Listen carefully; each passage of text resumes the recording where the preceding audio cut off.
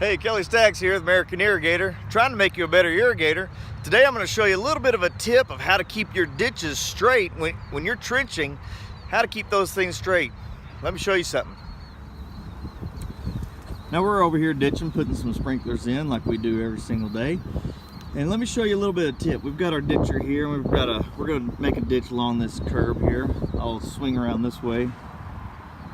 We got to put irrigation all the way down this curb, around this parking lot.